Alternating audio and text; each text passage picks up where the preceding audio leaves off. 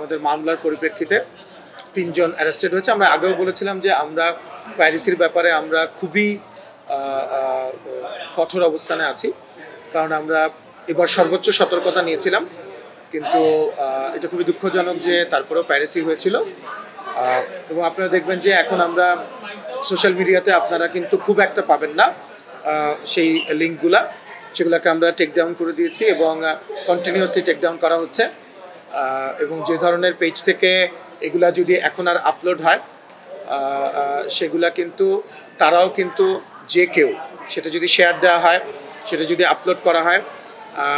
আপনারা জানেন আজকে যে ৩ জন অ্যারেস্টেড হয়েছে এবং ডিবি পুলিশ যেভাবে খুব তাড়াতাড়ি ডিবিতে এই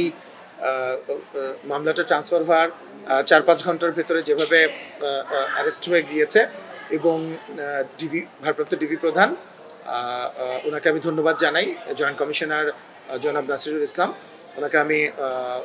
অন্তরের অন্তঃস্থল থেকে আমি ধন্যবাদ জানাই এই কারণে যে এত তাড়াতাড়ি আমাদের অবশ্যই সরকারের আইন শৃঙ্খলার প্রতি আমাদের আস্থা আছে এবং এত তাড়াতাড়ি যেহেতু ৩ জন অ্যারেস্টেড হয়েছে এবং উনি আজকে কিন্তু আমি ওনার ইন্টারভিউ দেখেছি, উনি বলেছেন যে প্রাথমিক জিজ্ঞাসাবাদে আরও 2 জনের নাম বলা হয়েছে এবং ওনারা বলেছেন যে এটা সঠিক তদন্ত করবেন, তদন্ত করে সেটার মূল উৎপাটন করার ওনারা চেষ্টা করবেন। কারণ আপনারা জানেন প্রযোজকদের জন্য এটা তো খুবই কঠিন ব্যাপার,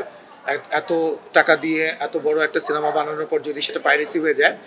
সো এটা খুবই ডিফিকাল্ট আমাদের জন্য। আর আমি এটুকু বলতে চাই, দেখেন এখনও যারা ভুলবশত কেউ পাইরেটেড কপি আপলোড যদি করেন অথবা শেয়ারও দেন, সেটাও কিন্তু পাইরেসির আওতায় আসে এবং আমাদেরকেও কিন্তু আশ্বস্ত করা হয়েছে যে তারাও আইনের আওতায় আসবে। সো আমি সবাইকে অনুরোধ করব, আপনারা কেউ ভুলেও, অনেকে আছে যে হয়তো বুঝতে পারেন না, একটা শেয়ার দিয়ে দেন, কাউকে পাঠিয়ে দেন একটা লিঙ্ক পেলে, সেটাও আপনারা করবেন না, সেটা আপনাদের কাছে অনুরোধ রইল। আর আরেকটা ধন্যবাদ জানাতে চাই আমি দর্শককে। আপনি দেখেন যে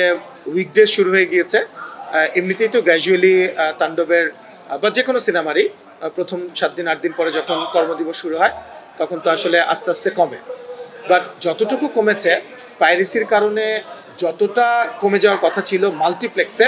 ততটা কমে। এই জন্য আমি দর্শকদেরকে ধন্যবাদ জানাই যে তারা কমপ্লিটলি রিজেক্ট করেছে, সেটা পাইরেটেড কপি তারা দেখেনি। এবং আমি বিভিন্ন ইন্টারভিউ দেখেছি দর্শকের, আপনারাই নিয়েছেন, যেখানে তারা বলছে যে আমরা এই সিনেমা, যেটা সিনেমা হলে দেখার সিনেমা এবং সেটা বড় পর্দায় যে সাউন্ড, যে কালার, যে ভিজুয়াল আমরা দেখতে পাবো, যে ওই জিনিসটা তো কখনো পাওয়া যাবে না। তো এই জন্য আমি ধন্যবাদ জানাই এরকম সচেতন দর্শক যারা আছেন। আর সিঙ্গেল স্ক্রিনে কিছুটা প্রভাব পড়েছিল আমাদের, এবং আজকে এই আইন শৃঙ্খলা বাহিনীর এই তৎপরতার কারণে আজকে কিন্তু আমি দেখেছি যে আজকে বিভিন্ন হলে আমি খোঁজ নিয়েছি, অলরেডি পিক আপ করা শুরু করেছে এবং বিভিন্ন হল মালিকরা, এক্সিবিটররা তারা আশা করছে যে শুক্রবার থেকে আবারও তাণ্ডব আবার পিক আপ করে যাবে, দর্শক আবার হলে, মাল্টিপ্লেক্সে তো আপনারা দেখতেই পাচ্ছেন সেটা তেমন একটা এফেক্টেড হয়নি, কিন্তু সিঙ্গেল স্ক্রিনে যতটুকু ক্ষতিগ্রস্ত হয়েছিলাম আমরা আশা করছি আমরা সেই ক্ষতিটা পুষিয়ে নিতে পারবো। দেশের বাইরে তো আপনারা জানেন যে অলরেডি আমেরিকাতে রিলিজ শুরু হয়ে গেছে নিউ ইয়র্কে, এবং আমরা হল লিস্টও শেয়ার করেছি। আমেরিকার প্রায় 22টা শহরে আপনার সিনেমা রিলিজ হচ্ছে, 20 তারিখে আপনার অস্ট্রেলিয়াতে হচ্ছে এবং একে একে কানাডাতে হবে, একে একে অন্যান্য দেশগুলোতেও, ইউকে, গালফের যতগুলো দেশ আছে সব জায়গায় আমরা আশা করছি তাণ্ডব পৌঁছে দিতে পারবো।